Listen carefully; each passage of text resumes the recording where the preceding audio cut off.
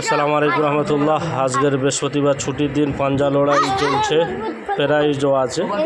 Affan versus Arman. 1 2 3।